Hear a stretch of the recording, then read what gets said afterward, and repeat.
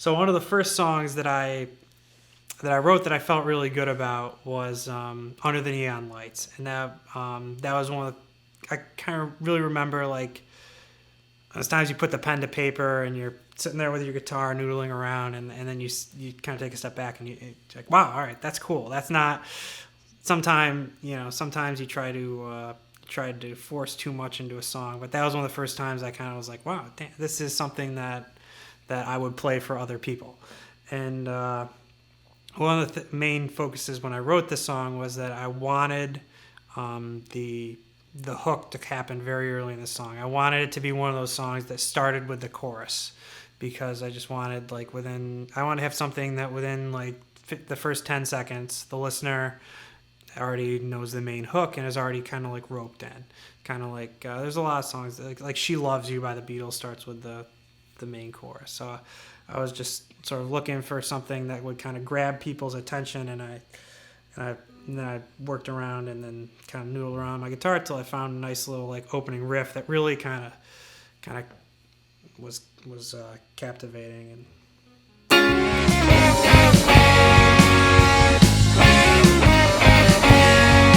under the neon lights, she lives for the nights, cutting the binding strings of the day, walking the crowded streets. She knows now. It kind of plays off power chords after that, and then worked my way up, and then finally got time. And I was like, all right, well now we need to put a guitar solo in this song, because there's a nice little breakdown by the way through. And one of the ways I always approach writing a guitar solo is that I usually don't come into the recording session with a guitar solo like mapped out in my head. I think maybe Under the Neon Lights was one of the few times where it was pretty much I knew where I wanted to go.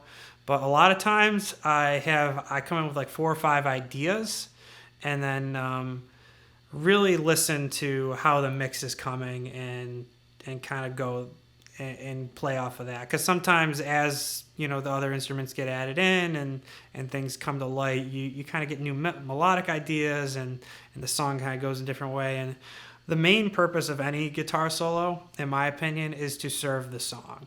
And I think that requires a lot of restraint on a part of guitarists, because we love to show off. And sometimes showing off is not the best thing for the song, and it's not going to sound the best.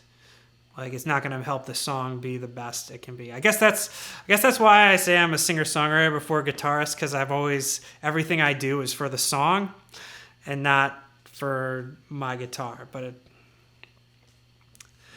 needless to say, this was probably one of the first solos that I ever wrote. Here, let me see if I can.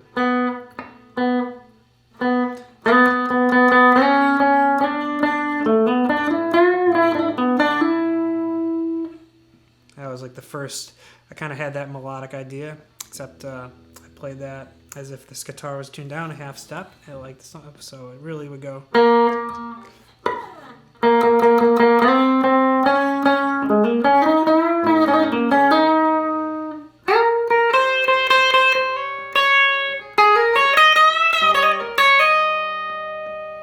And so that was really kind of one of the first solid guitar solos that I thought I'd laid down. I thought that was pretty cool, and I was real excited after I got the demo mix back. And that's one of the thing about Under the Neon Lights is that carried through.